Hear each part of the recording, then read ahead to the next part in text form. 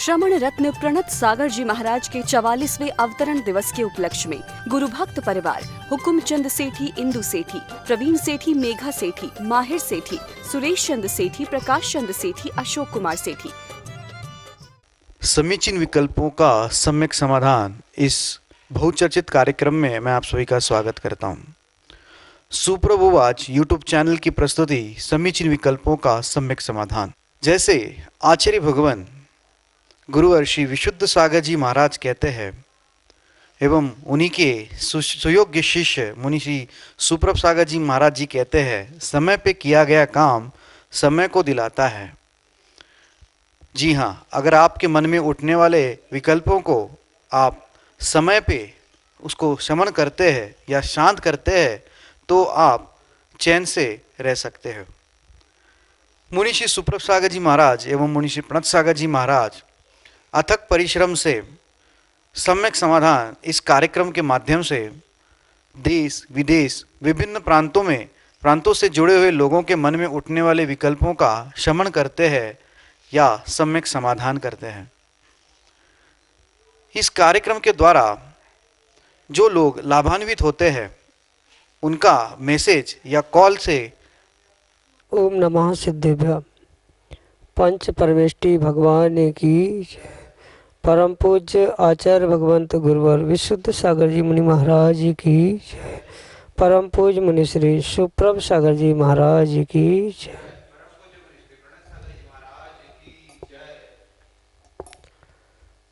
हम सभी अपने आत्मा की उस विशुद्धि को प्राप्त करने के लिए, अपने मन के संकल्प विकल्पों को दूर करने के लिए, अपने अंतरंग में उठने वाले उन समीचीन विकल्पों का सम्यक समाधान परम पूज्य आचार्य भगवंत गुरुवर विशुद्ध सागर जी महाराज के मंगल सुभाषिष से परम पूज्य मुनि श्री सुप्रभ सागर जी महाराज के मुखारबिंद से प्रतिदिन प्राप्त कर रहे हैं।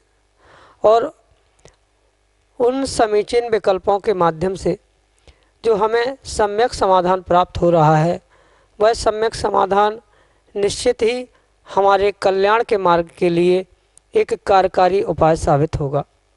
परम पूज्य मुनि श्री सुप्रभ सागर जी महाराज जो एक तार्किक शैली आगमोक्त विधि से हम सबको सम्यक समाधान प्रदान कर रहे हैं, वह निश्चित ही हमारे मन को एक अद्भुत संतुष्टि प्रदान करता है। देश देशांतर से अनेकानेक समीचीन विकल्प हमें यहाँ प्रतिदिन प्राप्त हो रहे हैं और परम पूज्य मुनि श्री उन सब का आगमोक्त विधि से हम सबको सम्यक समाधान प्रदान कर रहे हैं। प्रारंभ करते हैं आज का सम्यक समाधान। और आज का पहला विकल्प पुणे महाराष्ट्र से सुरेश शाह परम पूज्य मुनि श्री के चरणों में बारंबार नमोस्तु निवेदित करते हुए अपना समीचीन विकल्प रख रहे हैं कि महाराज जी, जैन धर्म की अनेक किताबें छपाई जाती हैं, अनेक नियतकालिक निकलते हैं, अखबार में तीर्थंकर भगवान महाराज जी की फ़ोटो छपते हैं, किताबें फट जाने के बाद रद्दी में जाते हैं जिससे जैनवाणी का अपमान होता है।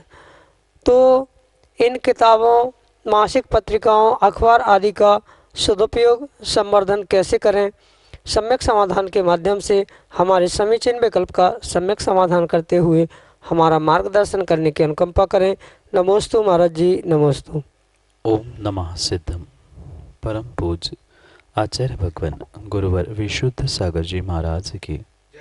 परम पूज्य मुनि श्री सुप्रभ सागर जी महाराज की जय। यह सही बात है कि जैसे दवाई आदि की एक्सपायरी डेट होती है, ऐसे जिनवाणी, फोटो, तस्वीर आदि की कोई एक्सपायरी डेट नहीं होती। और ये परम सत्य है कि चाहे नियतकालीन हो, चाहे मासिक हो, चाहे जिनवाणी के कोई ग्रंथ हो, समय बीतने पर या लंबे समय के उपरांत वह स्वयं ही जीर्ण शीर्ण होने लगते हैं। पर फिर भी भले ही वह जीर्ण शीर्ण क्यों ना हुए हो, वह है तो जिनवाणी का ही स्वरूप। और आपको ही नहीं अपितु बहुत सारे जीवों को इस विषय को लेकर यह विकल्प सताता है कि ऐसे जिनवाणी फोटो तस्वीर आदि का हम क्या करें। अगर वास्तव में वह फोटो तस्वीर उचित है तो उसे हम अपने घर में, मंदिर आदि में उच्च स्थान पर विराजमान करके रख सकते हैं, और उसके उपरांत भी वह पुनः जीर्ण शीर्ण हो गई, या जैसे अखबार आदि के निमित्त से फ़ोटो छपती है, बहुत सारी सूचनाएं आती है, बहुत सारे कार्यक्रम के निमित्त से मुनिराजों के, भगवान आदि के नाम भी वहाँ पर लिखे रहते हैं, वह परिपूर्ण रूप से एक जिनवाणी का स्वरूप ही हमें स्वीकार करना होगा। आगम ग्रंथों में तो आचार्य भगवंत ये कहते हैं कि जितने भी बीजाक्षर है वो प्रत्येक बीजाक्षर स्वयं में सिद्ध होने से वह स्वयं में ही अपने आप में जिनवाणी है। जरूरी नहीं है कि वह प्रतिष्ठित कोई ग्रंथ शास्त्र ही जिनवाणी है, अपितु जो भी अक्षर बीजाक्षर के रूप में उन पदों के, शब्दों के, अक्षरों के द्वारा कहीं भी कागज पर लिखा हुआ हो, कहीं दीवालों पे भी लिखा हो, वह प्रत्येक शब्द, प्रत्येक अक्षर स्वयं में व अपने आप में एक शब्द ब्रह्म होने से वह जिनवाणी कहलाई जाती। और उस जिनवाणी की किंचित भी अवहेलना करने से, चाहे जीर्ण शीर्ण होने पर हो, चाहे उसके पहले भी क्यों ना हो, उसका नियम से अपवाद करने से या दुरुपयोग करने से जीवों को ज्ञानावरणी, दर्शनावरणी जैसे कर्मों का आश्रय होता रहेगा।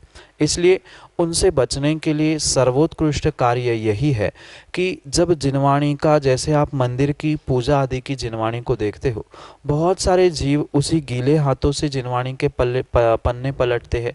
पूजा करते करते थाली में जितना द्रव्य नहीं चढ़ता, कई सारा द्रव्य उस जिनवाणी के पुस्तकों में रखा रहता है। इन सभी कारणों से ये जिनवाणी बहुत जल्दी खराब होती है, नष्ट होती है।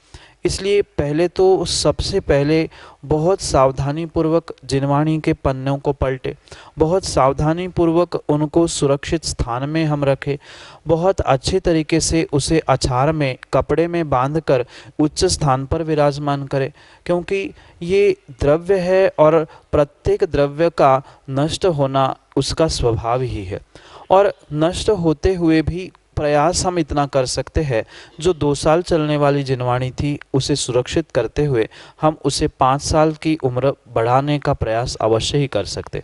इसलिए अच्छा वेस्टर्न, अच्छा कवर, समय पर उसका धूल आदि से झड़ा लेना आदि कार्यों से हम उसकी सुरक्षा भी कर सकते हैं।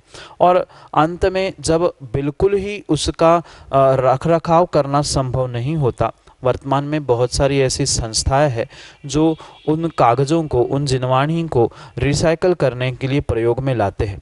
आप वहां पर भेजकर उनको पुनः रिसाइकल करके जिनवाणी का स्वरूप देने के लिए सहयोग कर सकते हैं, क्योंकि बहुत सारे जीवों का ऐसा भी मानना है कि वह जिनवाणी जैसी पुरानी हो जाती है, नष्ट हो जाती है, उसे जला दिया जाए, पानी में बहा दिया जाए। पर जला देने से, पानी में बहाने से नियम से हमें दोष लगेगा, ये भी परम सत्य है। अगर हम रिसाइकल करने के लिए दे रहे हैं, वहाँ भी हमें दोष लग रहा है, पर कम से कम दोष के साथ अच्छे से अच्छा कार्य हो, यह एक श्रावक का विवेक और श्रावक की उचित क्रिया कहलाई जाती है। इसलिए ऐसी बहुत सारी संस्थाएं वर्तमान में भारत में हैं जो उन ग्रंथों को अपने स्थानों पर मंगवा कर उनको पुनः रिसाइकल करके जिनवाणी छपवाने के लिए उस कागज़ों का, उसका ही प्रयोग करती है। ऐसे स्थानों में हम भेज दें, या फिर बहुत अच्छी बात तो यही है कि हम उसे संभालने का अगर प्रयास करें तो अच्छी बात, नहीं तो जहां जिन संस्थाओं में उसे रिसाइकल करने के लिए व्यवस्थाएं बनाई है, उनकी खबर लेते हुए, उनसे पता आदि लेकर आप वहां पहुंचाकर अपने उस ज्ञानावरणी, दर्शनावरणी कर्मों से, आश्रव से बचने का प्रयास कर सकते हैं। और उन संस्थाओं को समझ कर या उन संस्थाओं की जानकारी लेकर उनके विषय में पता करते हुए और विस्तार से उसके विषय में आप जिनवाणी के स्वरूप और उनको क्या करना चाहिए उनसे जान सकते हैं। शेष आप विवेक पूर्वक तब तक उसका रखरखाव करें जब तक वह हमारे पढ़ने योग्य, समझने योग्य होगी। यही आपके लिए सम्यक समाधान। पीसी जैन इंदौर से परम पूज्य गुरुवर के चरणों में कोटि कोटि नमोस्तु निवेदित करते हुए कह रहे हैं कि महाराज श्री, आपके दर्शनों की तीव्र अभिलाषा होते हुए भी इस महामारी के डर से प्रत्यक्ष नहीं आ पा रहा हूँ, तो यह मेरे कौन से कर्म का उदय है? हमारे समय चयन विकल्प का सम्यक समाधान करने की अनुकंपा करें। नमोस्तु महाराज जी, नमोस्तु।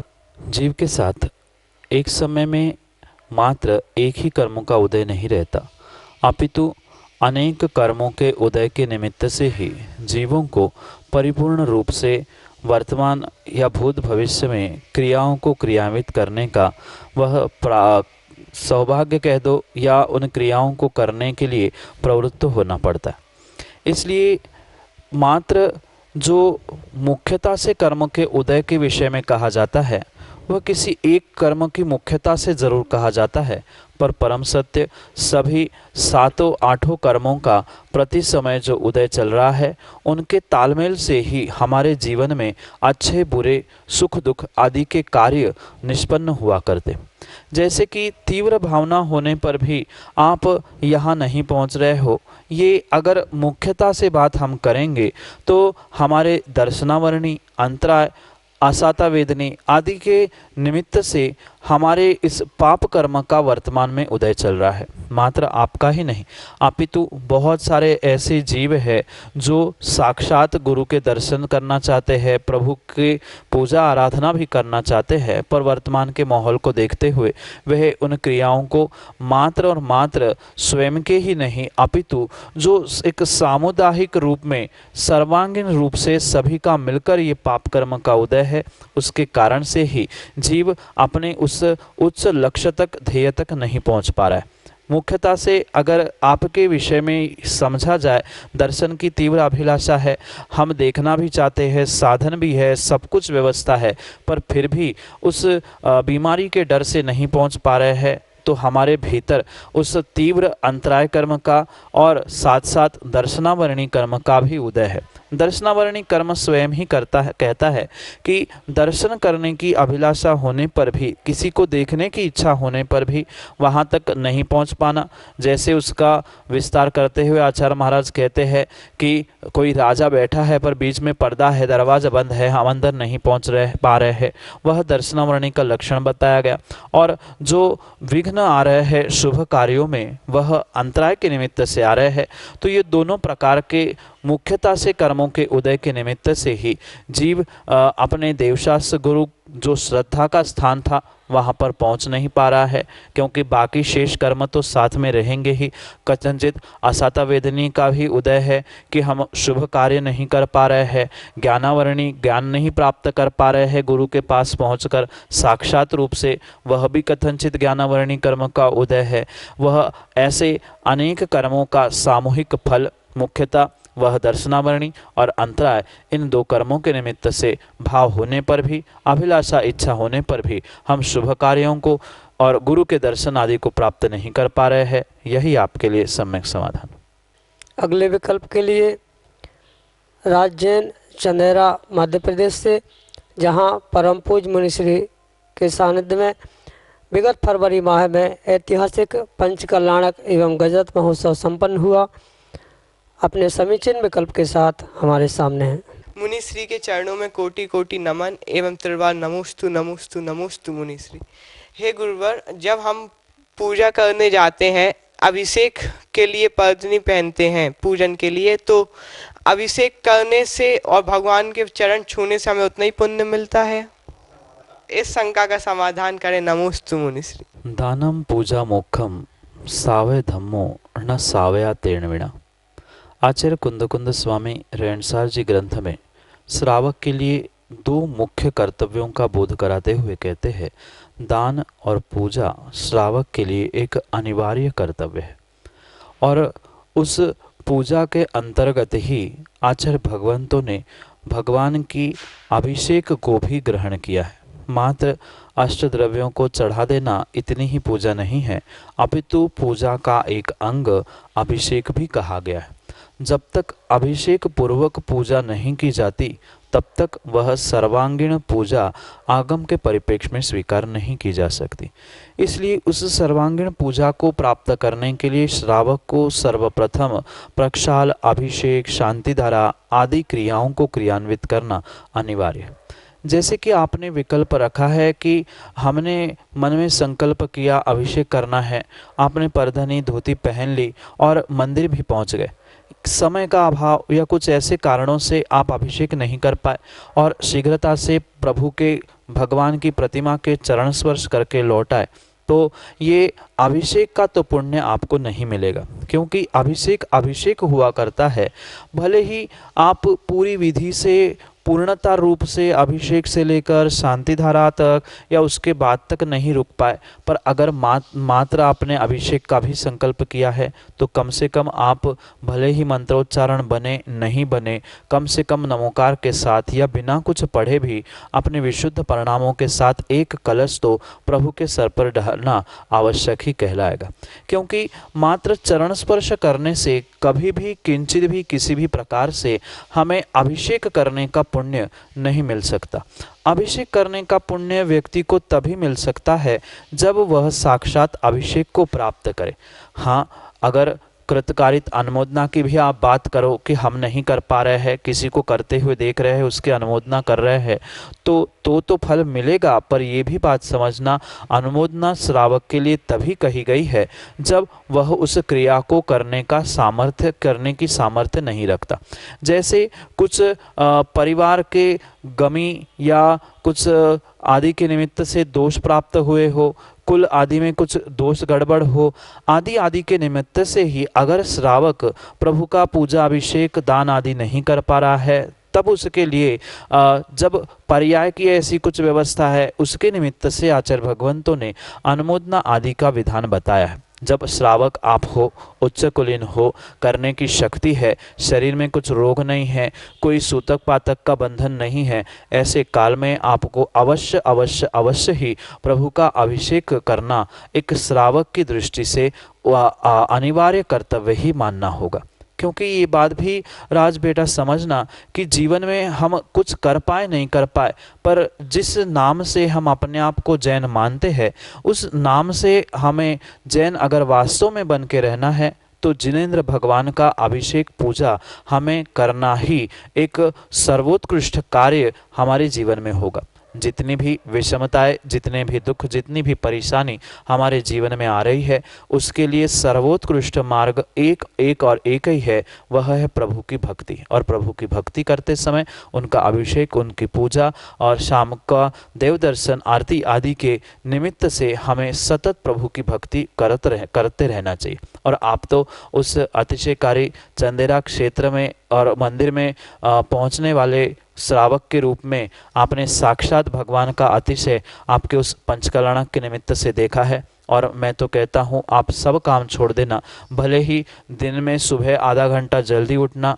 पर सबसे पहले एक कलश कम से कम प्रभु के सर पर ढाल देना, जिससे तुम्हें अचिंत्य पुण्य की प्राप्ति हो सकती है। इस श्रावक के पापों को दूर करने के लिए अगर कोई सर्वोत्कृष्ट साधन है तो भगवान का अभिषेक पूजन, ऐसा आचार्य भगवंतों ने लिखा है। इसलिए मात्र प्रमाद करते हुए चरण स्पर्श करके हम ये ना सोच ले कि हमने तो भगवान का चरण स्पर्श कर लिया है, उनकी रजों धूल हमने अपने माथे पर लगा ली है, वह भी एक प्रकार का गंधोदक है। ये सब कुछ आलसी और प्रमादी लोगों का विचार या चिंतन हो सकता है। आप तो सर्वोत्कृष्ट कार्य प्रभु का भले ही एक कलश से आप अभिषेक करें, पर अभिषेक अनिवार्य करें, क्योंकि अभिषेक का फल अचिंत्य कहा गया है। जबकि भगवान के चरण स्पर्श करने से भी आपको पुण्य मिलेगा, पर फिर भी विशेष पुण्य भगवान का अभिषेक, उससे भी अधिक पुण्य भगवान के अभिषेक के बाद पूजन आदि करने से अवश्य मिलेगा। इसलिए आप आलसी प्रमादी होते हुए मात्र छोटे से पुण्य के लाभ में ना बैठे रहे, विशेष पुण्य के लिए अभिषेक आदि करके ही अपने इस श्रावक कुल को, जैन कुल को प्राप्त करना सार्थक करें। यही आपके लिए सम्यक समाधान। अगले विकल्प के लिए श्रीमती कल्पना जैन, कंजना, मध्य प्रदेश से अपने समीचीन विकल्प के साथ हमारे सामने। महाराज जी को नमोस्तु नमोस्तु। महाराज जी, हम ये पूछना चाहते हैं कि अगर कोई पैसा वाला है या कोई गरीब है, तो पैसे वाला गरीब आदमी की इज्जत क्यों नहीं करता है? कोई कितना ही आगे बढ़े, लेकिन वो अपने पैसे के उसमें किसी को, एक दूसरे को समझता नहीं है, या छोटा हो या बड़ा हो। महाराज जी, इसका पाप क्या होता है? समाधान करें महाराज जी। गरीब होना, अमीर होना, पैसे वाला होना, सुखी दुखी होना, ये परिपूर्ण रूप से व्यक्ति के अपने पूर्व कर्म के उदय के निमित्त से हुआ करता है। जैसे जीव का पूर्व कर्म का उदय होता है, उस कर्म के अनुसार ही उसे वर्तमान में सुख दुख, पैसा, धन, मान, सम्मान आदि सब कुछ प्राप्त होता है। पहली तो बात माँ ये समझनी होगी कि वर्तमान में कोई दरिद्री, कोई गरीब, भिखारी पर्याय को प्राप्त हुआ है, ये साक्षात उसके उस पूर्व कर्म के उदय का निमित्त मानना होगा, जो पिछले पर्याय में जिसने कभी भी सच्चे देवशास्त्र गुरु की आराधना नहीं की होगी, जिसने कभी भी दान स्वरूप कभी अपने धन का प्रयोग नहीं किया होगा, वही जीव वर्तमान में गरीब, दरिद्री आदि पर्याय को प्राप्त हुआ करता है। ये वर्तमान के परिप्रेक्ष्य में जैसे पंचम काल में जन्म देना ये पाप कर्म का उदय कहा जाता है, बिल्कुल ऐसा ही वह दरिद्री गरीब बन जाना व्यक्ति के स्वयं के पाप कर्म का उदय है। और ये तो स्वाभाविक सी बात है, जिसके पास कुछ होता है वह जिसके पास नहीं होता है उसको कुछ ना कुछ बोलता है। ये तो इस संसार का नियम सा ही आपको स्वीकार करना होगा। रही बात गरीब, दरिद्री आदि बनने की और अमीर आदि बनने की, जो वर्तमान में गरीब दिख रहा है, दरिद्री दिख रहा है, स्पष्ट रूप से आचार्य भगवंत समंतभद्र स्वामी कहते हैं, जिसने पिछले पर्याय में कभी भी सच्चे देवशास्त्र गुरु कर श्रद्धान नहीं किया, जो पिछली पर्याय में सम्यक दृष्टि नहीं बन पाया है, वो ही वर्तमान में गरीब या दरिद्री बना हुआ है। जो सम्यक दृष्टि होता है, जिससे सच्चे देवशास्त्र गुरु पर आराधना, सच्चे देवशास्त्र गुरु पर श्रद्धान होती है, उनकी आराधना भक्ति करने में जो अपने पर्याय के क्षणों को लगाता है, वह नियम से अगली पर्याय में दरिद्री हो ही नहीं सकता। वह नियम से अगली पर्याय में एक तो देव होगा या मनुष्य भी होगा, तो सुख, समृद्धि, धन आदि से संपन्न ही जन्म लेता है। और वर्तमान में ये सबसे बड़ी भूल उस व्यक्ति की है जिसने पिछली पर्याय में सम्यक की आराधना ना करने के कारण वर्तमान में वह गरीब या दीनहीन, दुखी, दरिद्री परिवार में उसने जन्म लिया है। वह उसके आसाता वेदनी का और पाप कर्म का तीव्र उदय है। रही बात जो वर्तमान में पैसे वाला बनकर कुछ पुण्य को प्राप्त करने के बाद भी जो अपने आप को मान कषाय से सब कुछ मानता है, वह नियम से भले ही इस पर्याय में अपने लिए पुण्य के उदय को प्राप्त हो चुका है, पर यह परम सत्य है, वह अगले पर्याय के लिए या अगले भवों के लिए पाप को अर्जित कर रहा है, अन्य कुछ भी नहीं। क्योंकि स्वयं में उस धन संपत्ति का, पैसे आदि को प्राप्त करके जो मान कषाय को प्राप्त कर रहा है, वह मान कषाय के निमित्त से नियम से आने वाले समय में उस मान कषाय की तीव्रता के उदय से जो तीव्र मान कषाय का अगर वह परिणमन चल रहा है जीव का, तो चारित्र मोहनी जैसे कर्म का मंद प्रकार से चल रहा है, तो अनेक और प्रकार के कर्मों का, ऐसे अनेक अशुभ कर्मों का आश्रय वह वर्तमान में करता है। माँ, ये किंचित भी मैं नहीं कह रहा हूँ कि जो पैसे वाला है वह अपने उस धन संपत्ति का अहंकार करे या दूसरों को बहुत कम लेखते हुए, कम मानते हुए उसको चिढ़ाते रहे, उससे परेशान करते।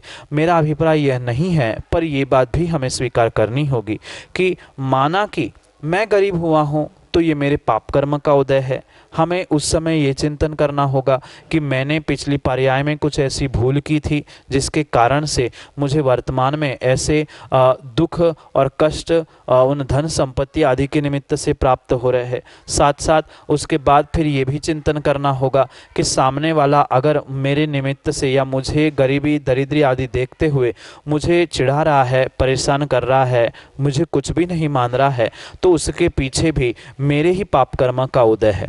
और ये भी परम सत्य है कि उसके निमित्त से वह आने वाले समय में पुनः स्वयं के लिए पाप कमा रहा है और उस पाप के द्वारा पुनः आने वाले समय में हो सकता है वो भी उस दुख दर्द भरे दरिद्री गरीब पर्याय को प्राप्त हो जाए।